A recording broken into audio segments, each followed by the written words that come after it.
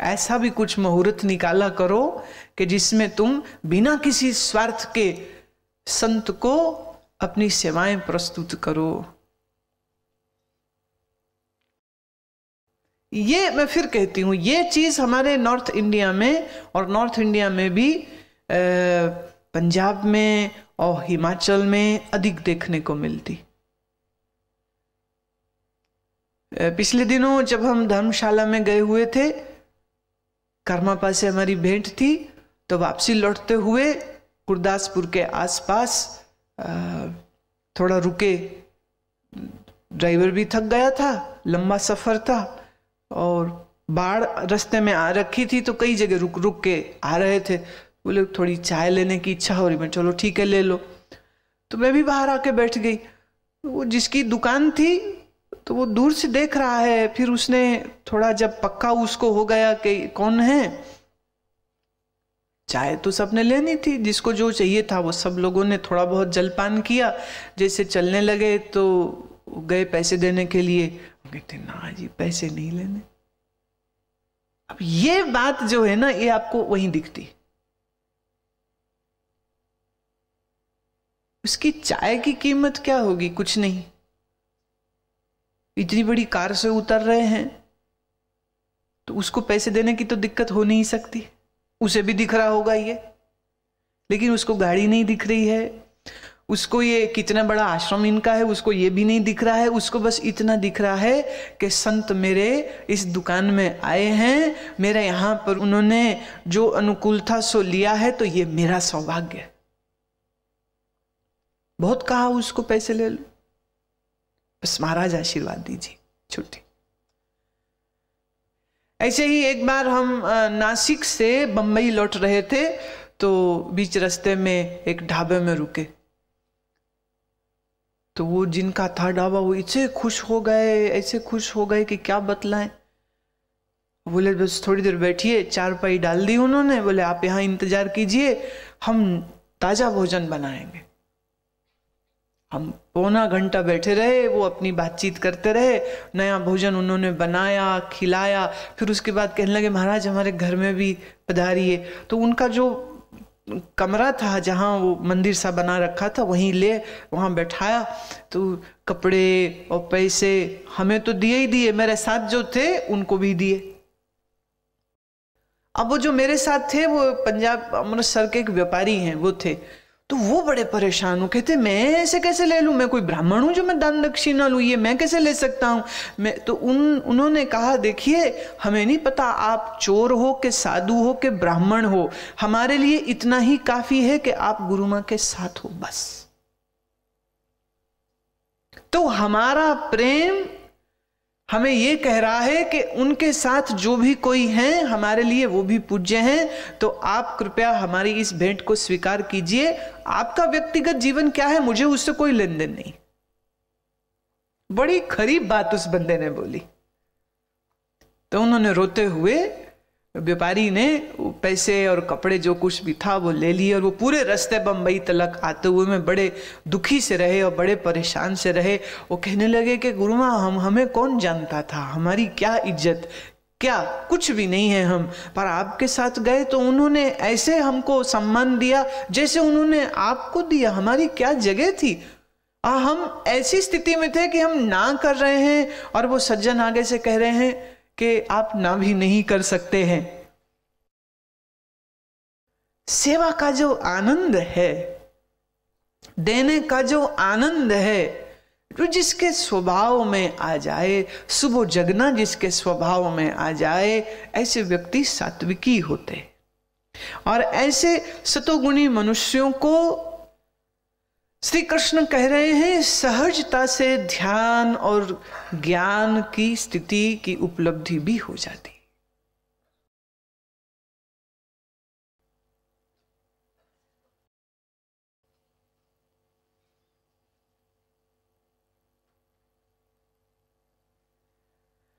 वाह,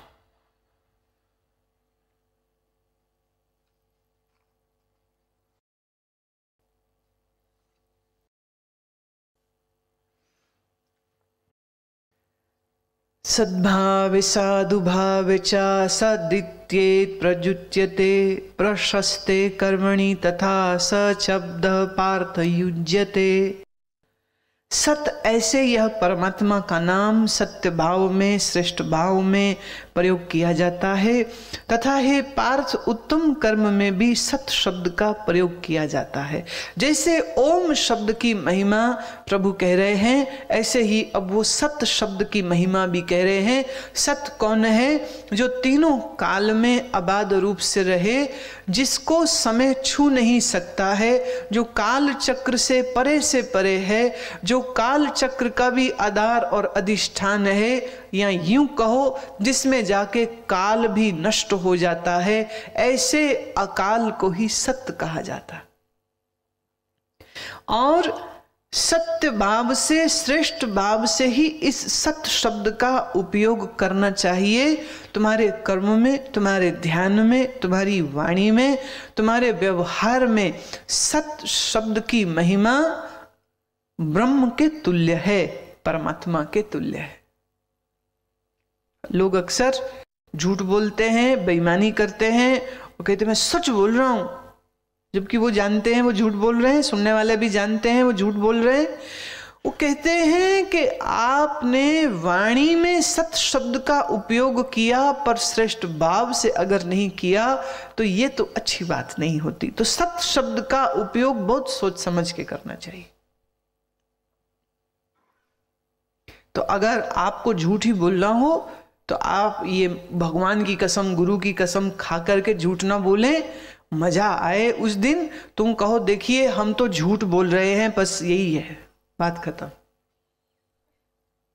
हम तो इस समय झूठ बोल रहे हैं और सामने वाला कहे नहीं सच बताओ, बोले ये शब्द तो हम मुख में ला भी नहीं सकते, जो तुम ला रहे हो ना ये शब्द हम अपने मुख में ला नहीं सकते हैं। वो हम कह नहीं सकते हैं जो तुम चाह रहे हो कि हम बोलें, और जो हम बोल रहे हैं इस समय हम यही बोल सकते हैं और हम कुछ नहीं बोलेंगे।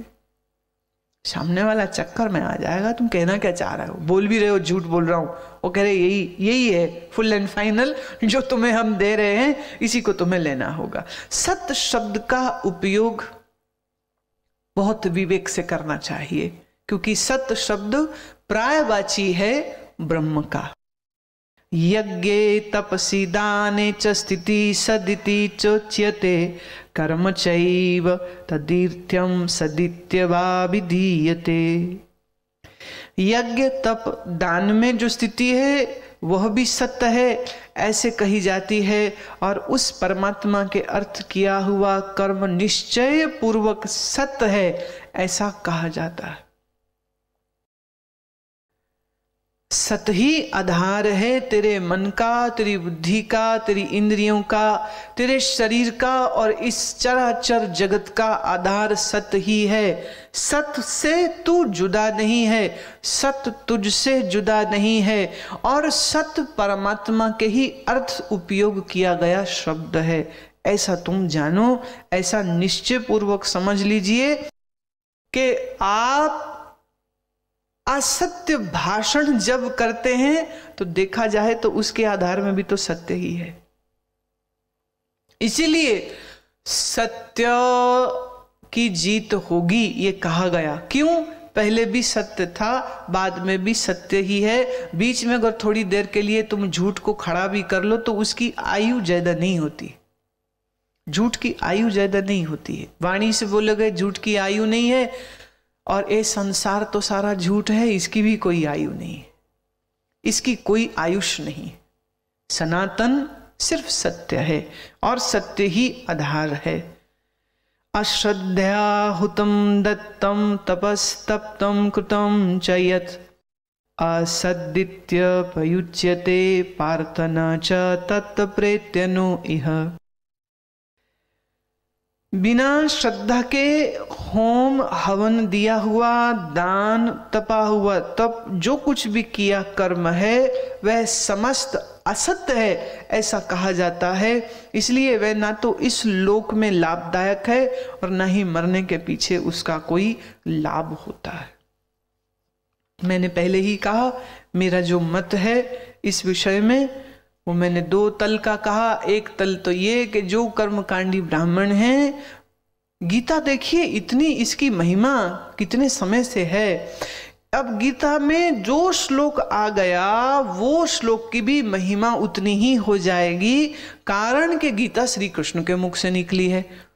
तब श्री कृष्ण के मुख से 2000 या 3000 साल बाद किसी ने ग्रंथ में अगर कुछ श्लोक जोड़ दिए तो आज हम लोग तो यही समझेंगे ना कि ये श्री कृष्ण ने बोला है। अगर हम पिछले अध्यायों में जाएं तो 15वें अध्याय में, 16वें अध्याय में जो ज्ञान, जो विस्तार ब्रह्म का दिया, अंतःकरण के विषय में जो कितनी गहरी गहरी बातें कही, उसके बाद ऐसा प्रतीत होता है सारी ही बातें जैसे कर्मकांड के विषय में हो रही, दान के विषय में हो रही, तप के विषय में हो रही है। दान पे कितना जोर आ रहा है। तो इसलिए मेरी शंका थोड़ी सी उठ जाती है कि इसमें क्या कारण। अब कृष्ण भगवान को दान कैसा हो कैसा नहीं हो, किस देश काल किस पात्र को योग्य हो कि नहीं हो, इसका अर्जुन के युद्ध करने से क्या लेन देन, और अर्जुन के कमजोर हो जाने से भी कोई लेन देन नहीं बनता ही नहीं, कोई तारतम्यता नहीं आ रही। हालांकि जो कुछ एक श्लोक आए हैं वो तो निश्चय ही इस बात को हमें स्पष्ट करते हैं कि रजोगुण क्या है, तमोगुण क्या है, सतोगुण क्या है।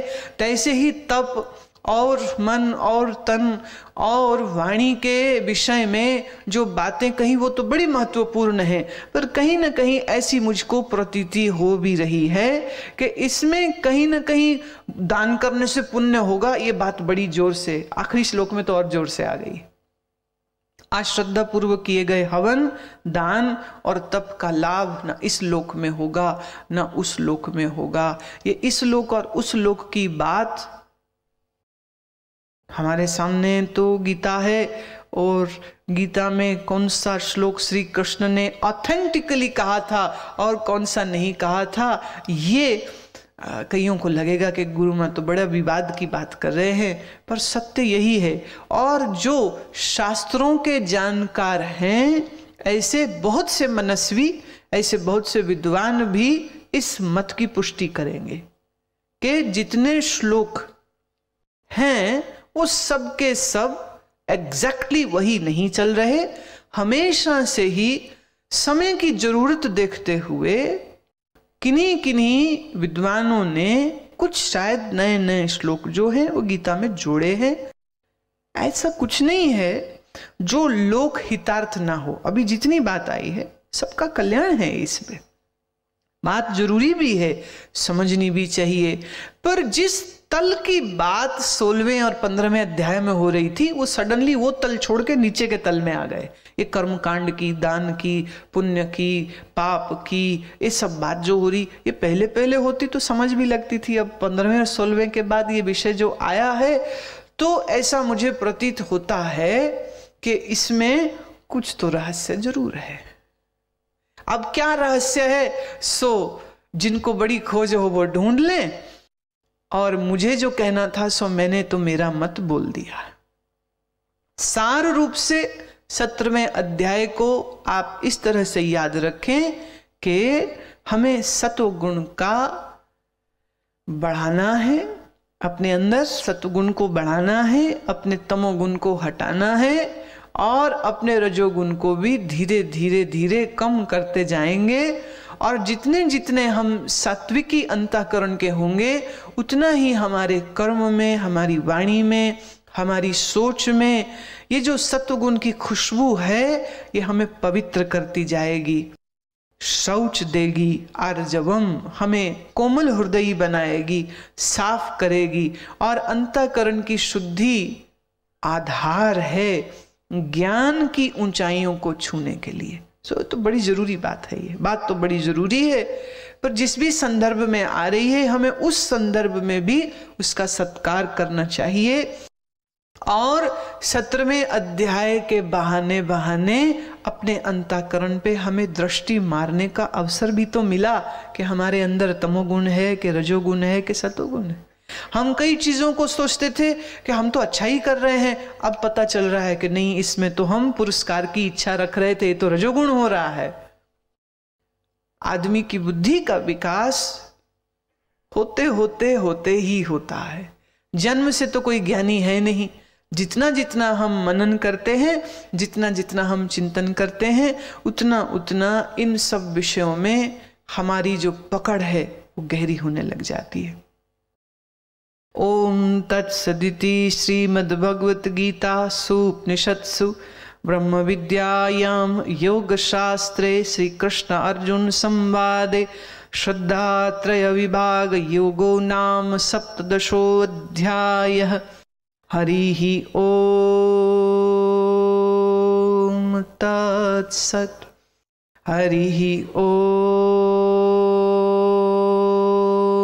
तत्सत्। हरि ओम तत्सत्।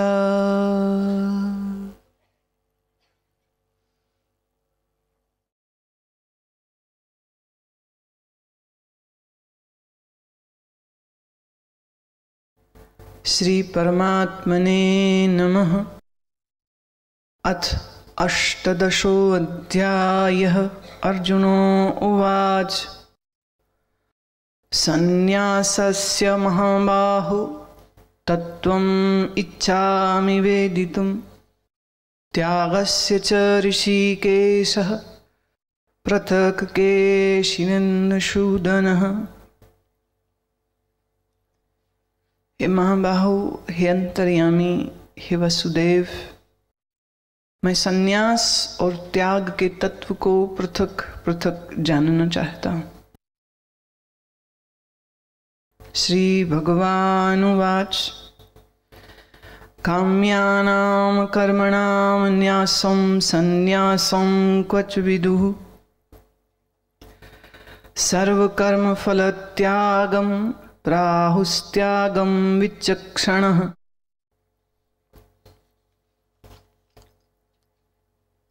पंडित जन तो काम्य कर्म के त्याग को संन्यास जानते हैं और कितने ही विचार कुशल पुरुष सब कर्मों के फल के त्याग को त्याग कहते। त्याज्यम दोषवदित्येके कर्म प्राहुर्मनीषिणः यज्ञ दान तपः कर्म न त्याज्यमिति चापरे। कई एक विद्वान ऐसा कहते हैं कि कर्म सभी दोष युक्त हैं, इसलिए त्यागने के योग्य हैं, और दूसरे विद्वान ऐसा कहते हैं कि यज्ञ दान और तप रूप कर्म त्यागने के योग्य नहीं हैं।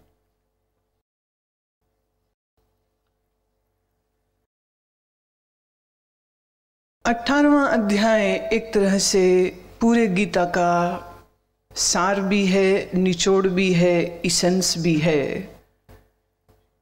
एक तरह से इस अध्याय में पूर्व के सभी अध्यायों का पुनः स्मरण होगा।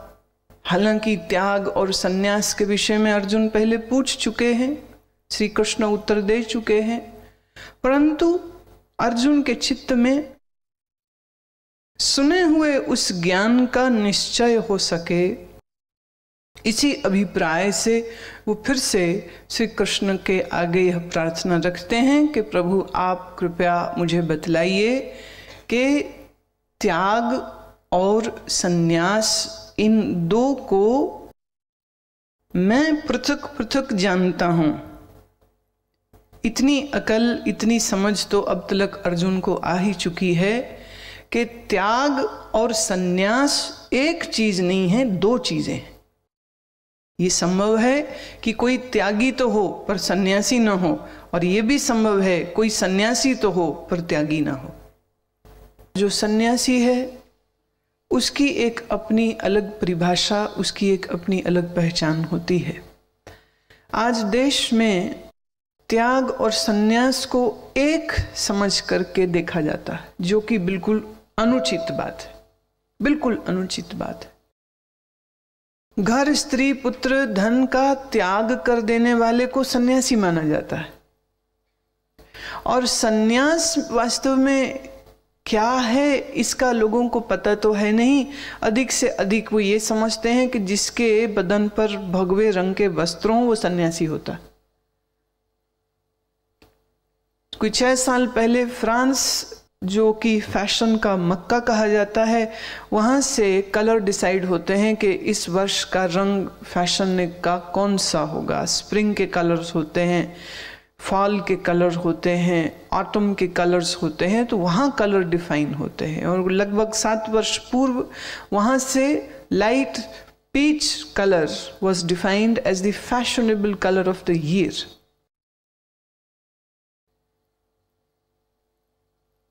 सन्यासियों का जो रंग है उस रंग को फैशनेबल कलर मान लिया गया था। तो उनके जितने कपड़े बने, जितने कपड़े और जिस तरह के भी कपड़े बने, जिसमें कि बिकिनी भी शामिल है, वह भी इसी भगवे रंग में बन रही थी।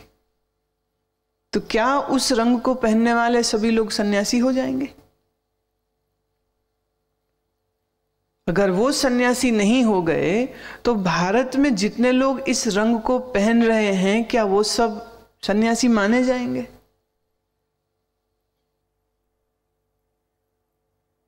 नहीं माने जाएंगे।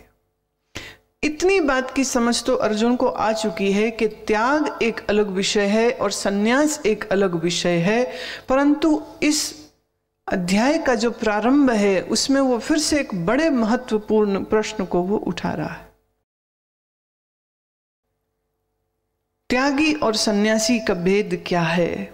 वो कृष्ण को कहता है, जिस नाम से पुकारा है वो है ऋषिकेश। ऋषिकेश का अर्थ होता है जिसने अपनी इंद्रिय के ऊपर विजय पाई है, जिसने अपने हृदय प्रदेश में उस ब्रह्म को खोजा है। ऋषिकेश शब्द का अर्थ यह भी है कि जिसने अपने भीतर, अपने हृदय आकाश में मौजूद सच्चिदानंद घन को जाना हो, सो ऋषिकेश होता है। ऋषिकेश का अर्थ यह भी है जो समस्त ऋषियों में शिरोमणि है, वह ऋषिकेश। तो कृष्ण को एक बहुत सुंदर नाम से वो पुकार रहा है, और दूसरा जो नाम उसने दिया सो कहा महाबाहो, जो महाबली है, जो बहुत सी भुजाओं वाला है। भुजा का अर्थ होता है शक्ति। तो बहुत सी भुजाओं का अर्थ ये नहीं होता है जैसा कि तुम्हारे चित्रकार बना देते हैं, 8 बाहें लगा दी, 100 बाहें लगा दी और कहते ये महाबाहो हो गए। दुर्गा के 8 लगा देते हैं, विष्णु के कहीं कहीं 100 बाहें भी लगी हुई चित्रों को देखा मैंने। इतनी बाहें शरीर के साथ जोड़ दें, ये महाबाहु के अर्थ को तब भी प्रदर्शित नहीं कर पाएगा। महाबाहु का अर्थ है महाबलशाली, बाह का अर्थ है शरीर का अंग। आपकी एक बाह बाईं का हिस्से का, बाईं दिशा का काम कर पाती है, एक दाएं हिस्से में है, तो ये दोनों बाहें अपनी अपनी दिशा का भी काम करती हैं, और जब दोनों मिल के कार्य करते हैं तो इन दोनों की शक्तियों का जो समावेश होता है उससे बहुत बड़े बड़े कार्य संभव हो पाते हैं।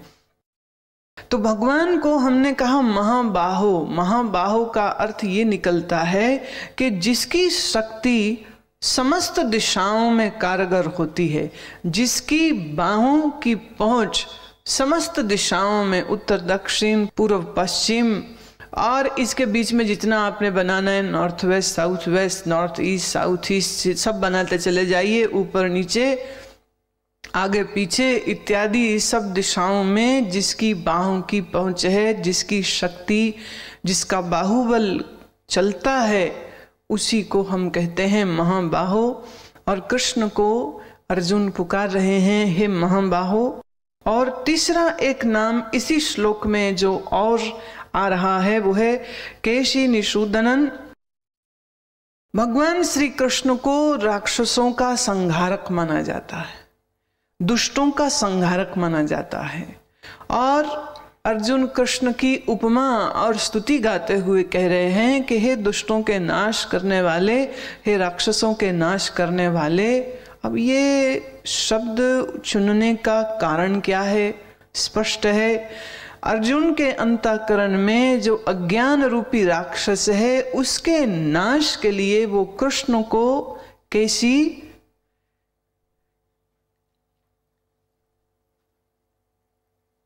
निशूदनन बुला रहे हैं कि जो दूसरों का, जो दुष्टों का नाश कर सकता है, जो राक्षस का नाश कर सकता है, जिसमें ऐसा बल है, ऐसी शक्ति है, ऐसे हे कृष्ण मेरे अंतःकरण में जो अज्ञान है, अंधकार है, तमस है, मोह, अभिमान, घमंड, अस्मिता, राग, द्वेष, इन राक्षसों का नाश तेरे द्वारा हो। सो श्री कृष्ण की बहुत सुंदर उपमा कह के अपने प्रश्न को उन्होंने रखा कि कृपया मुझे संन्यास और त्याग के रहस्य को पुनः फिर से कहिए। भगवान ने उत्तर दिया था, काम्यानाम कर्मणाम, कई लोग ये कहते हैं कि समस्त काम्य कर्मों के त्याग को संन्यास कहते हैं। काम्य कर्म किसको कहते हैं? काम्य शब्द निकला है कामना से। मनुष्य को कामना किसकी होगी? स्त्री, पुत्र, धन, मकान, व्यवसाय, कुटुंब, इसी की उसको कामना होती है। और अपने शरीर या उनके शरीरों में कोई रोग, कोई संकट, कोई बाधा आ जावे तो उसके लिए यत्न करता है। यत्न के पीछे कारण है उसकी कामनाएं, और कामनाओं से निकलते हैं कर्म। तो कुछ एक विद्वानों का यह कहना है कि काम्य कर्मों को, माने जिन कर्मों का रूट कामना हो, उन सभी कर्मों को त्याग देना, यह संन्यास होता है।